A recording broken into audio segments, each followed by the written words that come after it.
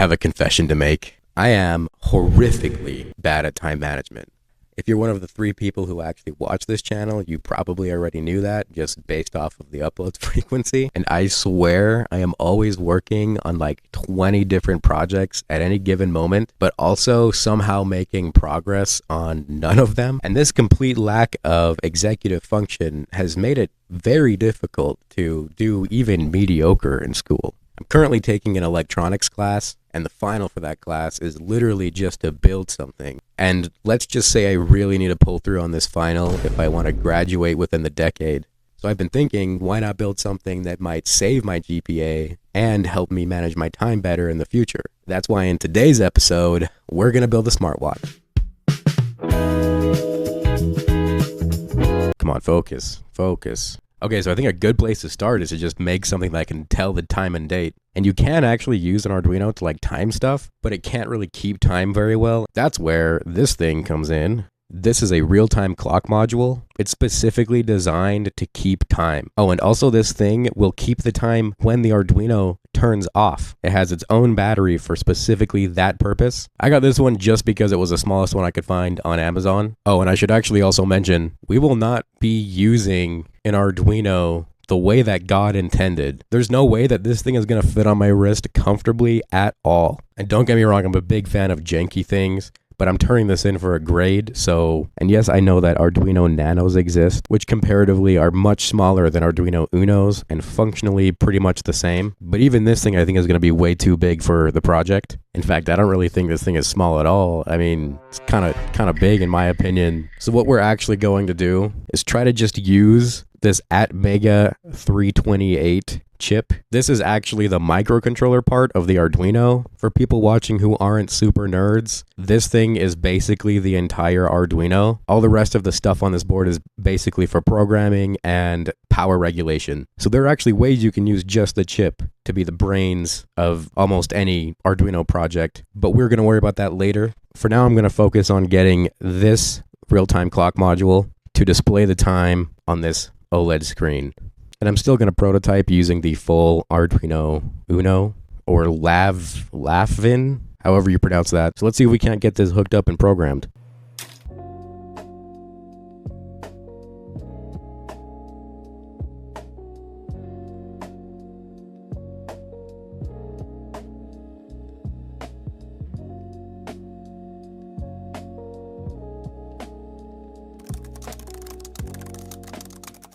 Okay, I've got everything hooked up and programmed to tell the time and the date, which is working pretty well. I also found out that the real-time clock module that I have can also output the temperature, so I just included that as a feature too. And it's pretty accurate. Right now it's saying it's 72 degrees Fahrenheit, which is pretty close to what this other thermometer says. I also added a button to access different menus in the watch. Right now the menus don't do anything, but I have decided what I want them to be. The main screen will just show you the date and time. The second screen will be a stopwatch. The third screen is actually going to be a heart rate monitor. I bought this heart rate monitor on Amazon, but I haven't actually tested it yet, so we'll see how that goes. I feel like adding a heart rate monitor will give it more of a smartwatch feel. That's the only reason I'm including it. So yeah, the next step now is to just program all these functions, and I'll get back to you guys then. It's been 84 years. Okay, it's the next day. I am running out of time. Ended up scrapping the stopwatch feature because I really need to get this done today, but everything else is working, at least for the most part. I'll just show you guys real quick all the features.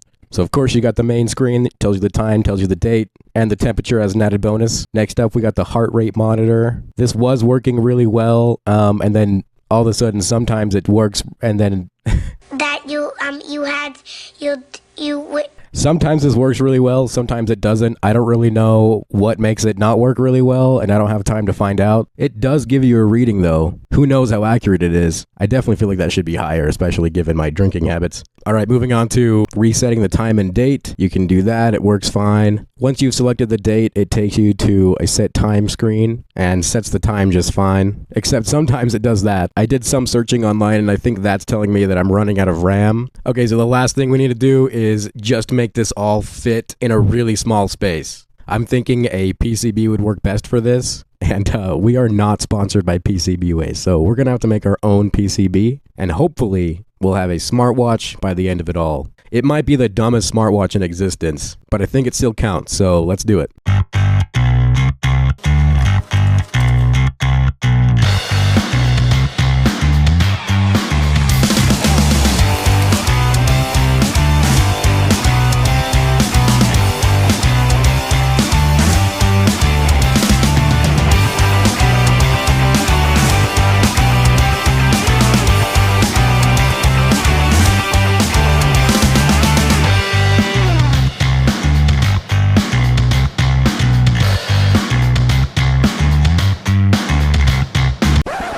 Good morning, everybody. So I kind of gave up. That is 5:37 a.m. I have not slept. I decided to just cut my losses and duct tape everything together. Even though I did actually start making a proper 3D printed case for it. But yeah, this thing looks horrible. I mean, it works. It definitely won't get you past the TSA, that's for sure. It has USB-C charging, so that's cool. Here's what it looks like on the wrist, if anyone was wondering. We'll see if I even post this video. This is really, really bad. Yeah, I'm going to call that a wrap. It's time to go to bed.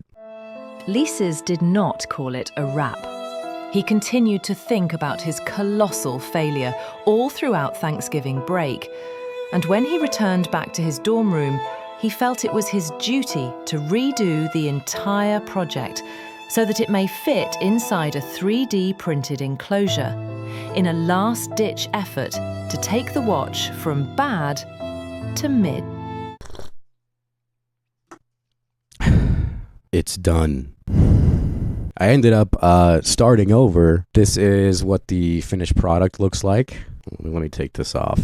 It's still not the prettiest thing, but I do think it's a lot better than duct tape. I did end up getting rid of the heart monitor on the back. It just ended up taking up way too much space, and it didn't really seem to be working properly anyways. Even without the heart rate monitor, this thing is kind of a tower already, so that does mean that this thing can only tell the time and the temperature, but that is a sacrifice I am willing to make. I still think it's technically a smartwatch, because it tells you the temperature, but that may make it the dumbest smartwatch in the world, which right now I'm fine with. I do think it would be really fun to try this again in the future to try and make the design a bit better and more ergonomic. But anyways, that's officially a wrap on this one, guys. If you found this video entertaining at all, please consider subscribing, maybe even liking the video. That would be pretty cool, just saying. See you guys next time.